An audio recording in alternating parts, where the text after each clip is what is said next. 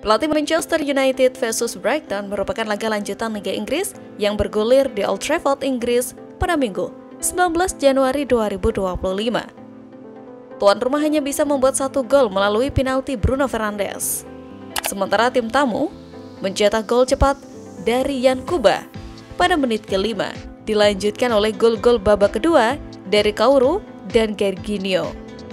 Kekalahan membuat Setan Merah menderita kekalahan keempat dari 5 laga kandang Premier League terakhir. Terlebih, ini merupakan kekalahan kandang ke-6 Manchester United di Premier League musim ini, terbanyak dari 12 laga kandang pembuka mereka di musim Liga sejak 1893 sampai 1894.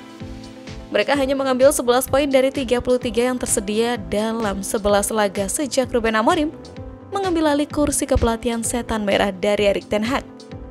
Dalam 10 pertandingan terakhir di Premier League, kami memenangkan 2 laga, ujar Amorim. Bayangkan apa artinya ini bagi penggemar Manchester United.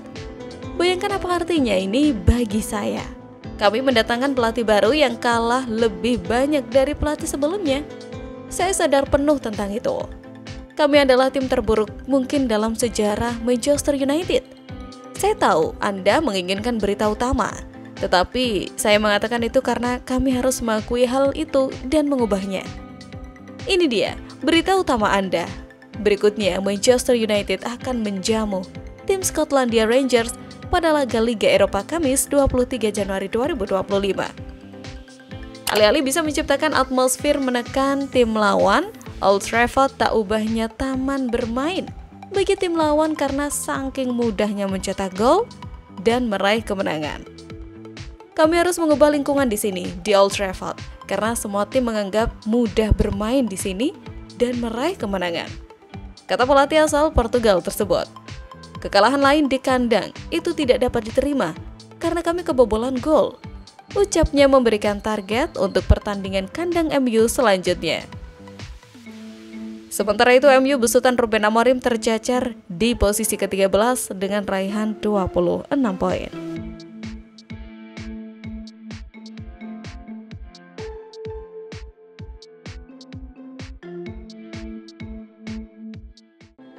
Manchester United kalah 1-3 dari tamunya Brighton pada lanjutan Premier League 2024-2025. Laga berlangsung di Old Trafford Minggu 19 Januari 2025 malam waktu Indonesia Barat. Kekalahan ini membuat pasukan Ruben Amorim terdampar di peringkat ke-13 klasemen Premier League dengan 26 poin. Jumlahnya hanya 10 poin di atas zona degradasi.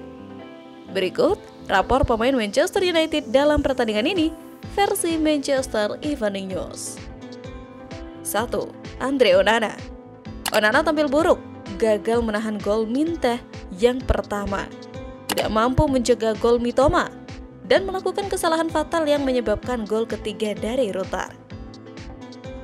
2. Manuel Ugarte. Kesulitan besar melawan gelandang Brighton, terutama Carlos Baleba dan Yacine Ayari, serta mendapat kartu kuning sebelum pergantian. 3. Kobbie Mainoo. Menampilkan energi lebih baik dibandingkan pertandingan sebelumnya, namun tidak mampu menjaga konsistensi setelah jeda. Usahanya solid, tapi kurang berpengaruh pada momen-momen penting. 4. Ahmad. Ahmad berperan besar dalam terciptanya penalti dan menjadi salah satu pemain serang yang terus mengancam. Kemampuannya untuk mencetak gol dari permainan terbuka patut diapresiasi. Sementara Manchester United kalah, Manchester City berpesta gol saat mendatangi markas Ipswich Town. Berkat kemenangan dari laga tersebut, City mempertahankan posisi di zona Liga Champions. City menempati peringkat keempat sambil menggenggam 38 poin. MU diperkirakan akan menjalani perombakan besar-besaran di bawah Amorim dalam jendela transfer mendatang. Dengan bintang-bintang seperti Marcus Rashford dan Anthony juga dikaitkan dengan kepindahan dari klub. Namun, fokus utama para petinggi MU adalah mendukung pelatih asal Portugal tersebut dengan mendatangkan pemain baru. Hal ini membuka peluang bagi Dorgo untuk bergabung dengan klub, karena MU tetap tertarik untuk menjalani kesepakatan. Sumber yang dekat dengan situasi mengungkapkan bahwa pencari bakat MU telah memantau penampilan-penampilan pemain asal Denmark itu dalam beberapa pertandingan terakhir. Meskipun Chelsea, Liverpool, dan Tottenham juga memperhatikan perkembangan Dorgu. MU diketahui sedang mencari bek kiri dengan Nuno Mendes dari PSG juga menjadi incaran mereka. Ini bisa menjadi reuni antara Mendes dan Amorim, mengingat keduanya pernah bersama selama 2 tahun di Sporting. Namun, jika MU terlalu lamban dalam melakukan pendekatan kepada Dorgu, mereka berisiko membiarkan klub lain masuk dalam persaingan untuk mendapatkan tanda tangannya. Oleh karena itu, mereka perlu bergerak cepat jika ingin menyelesaikan kesepakatan untuk pemain internasional Denmark yang sangat luar biasa ini dalam beberapa minggu ke depan. Amorim jelas menginginkan bek sayap kiri setelah terpaksa menggunakan Nosair Mazraoui dan Diogo Dalot di posisi tersebut sejauh musim ini. Keduanya berada dalam perang yang tidak alami mengingat kemampuan mereka di sisi kanan. Dorgu diperkirakan akan menelan biaya sekitar 50 juta euro dan masih harus dilihat apakah Setan Merah akan bersedia mengeluarkan jumlah sebesar itu mengingat ketertarikan mereka pada bintang-bintang lain seperti Milos dan Theo. MU telah memulai musim dengan buruk, berada di peringkat 13 dalam tabel Premier League saat memasuki pertengahan Januari. Mereka tertinggal 10 poin dari zona Eropa menjelang akhir musim ini, kecuali jika mereka memenangkan Piala FA untuk mempertahankan trofi yang diraih musim lalu.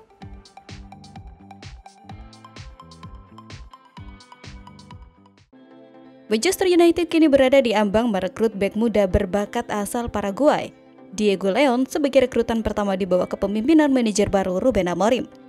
Bek kiri berusia 17 tahun ini dikabarkan telah terbang ke Inggris untuk menjalani tes medis dan menyelesaikan proses transfer dari klubnya saat ini, Cerro Porteño. Diego Leon mencuri perhatian sejak melakukan debut di tim utama Cerro Porteño pada Agustus lalu. Pemain muda ini disebut-sebut memiliki kemampuan menyerang yang menonjol sebagai seorang bek kiri, membuatnya dibandingkan dengan legenda Real Madrid Marcelo. Bahkan, pelatih Cerro yang memberikan debut kepada Leon optimis dengan masa depan sang pemain.